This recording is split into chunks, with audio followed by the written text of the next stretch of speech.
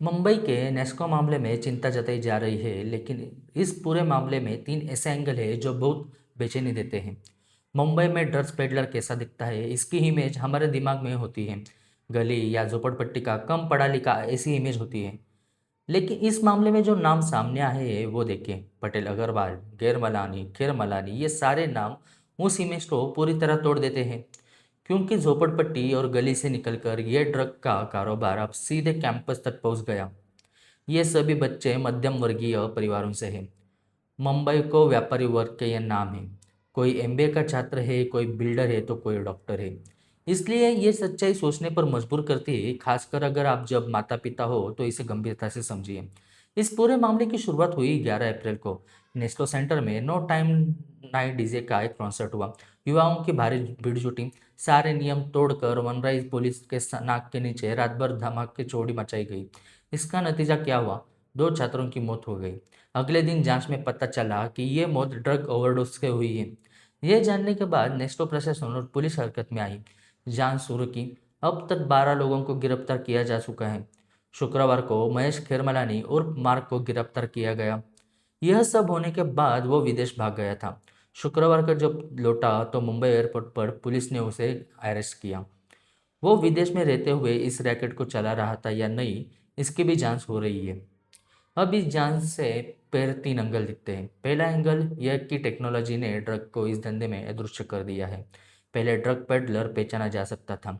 किसी को गली में खड़ा रहता था, उसकी हरकतों से संदेह होने पर गुंजाइश थी। लेकिन अब टेक्नोलॉजी की वजह से यह धंधा ऑनलाइन प्लेटफॉर्म की तरफ डिलीवर हो गया। इस पूरे चैन में क्या हुआ, देखिए। पटेल ने कॉन्सर्ट में गोलियों पहुंचाने के लिए पोर्टर ऐप का इस्तेमाल किया। अग्रवाल ने वो गोलियां आगे पहुंचाई। गेरलानी ने ड्रग की बिक्री और रकम यूपीआई से जैकब को भेजी। और इस पूरे मामले के मुख्य सूत्रधार मार्क ने क्रिप्टो में ये सारा मुनाफा बदल दिया। पोर्टर पर ऑर्डर नॉर्मल दिखती है, यूपीआई पेमेंट में भी वैसे ही नॉर्मल दिखता है। क्रिप्टो में पैसे ट्रैक करना वैसे भी मुश्किल होता है। इसलिए सिस्टम को ये ट्रांजैक्शन दिखते हैं कि, लेकिन उनमें कुछ अलग है, ये सिस्टम को पता नहीं चलता। यही वह टेक्नोलॉजी ज़्यादा खतरनाक बन जाती है। अब दूसरा एंगल देखिए, जहाँ सिस्टम की आंखें मूंदे बैठा दिखती है। यह रैकेट एक रात भर में खड़ा नहीं हुआ। तो सवाल उठता है कि क्या इवेंट आयोजकों को यह नहीं पता था? नेस्को प्रशासन को नहीं पता था? वेन्यू सिक्योरिटी को नहीं पता था? रात भर ये कॉन्सर्ट चली। बनराई पुलिस स्टेशन यहाँ सिर्फ 5 मिनट की दूरी पर है। फिर भी दो बच्चे ड्रग ओवरडोज से कैसे मर जाते हैं? जब तक बदनामी नहीं हुई किसी की, कुछ नहीं कहा। जब मामला बाहर आया तब जाकर नेस्को प्रशासन और पुलिस हरकत में आई।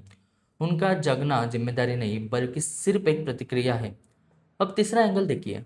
माता पिता के लिए ये सबसे ज़रूरी है। घर में आखिर क्या चूक हुई ये समझने के लिए इन बच्चों की उम्र और नाम देखिए। विनीत गेरलानी उम्र 22, दक्षिण मुंबई के प्रतिष्ठित कॉलेज से हाल ही में ग्रेजुएट हुआ है। अग्रवाल उम्र 22, एमबीए का छात्र है। आनंद पटेल उम्र 24, पेशे से बिल्डर है। पांडे उम्र 24, एमबीए के दूसरे साल में पढ़ रहा है। खंडेलवाल उम्र 25, एमबीए के आखिरी साल का छात्र है। सवाल यह उठता है कि क्या इन बच्चों के घर में किसी को भी इसकी भनक नहीं थी? पता था लेकिन नज़रअंदाज किया गया।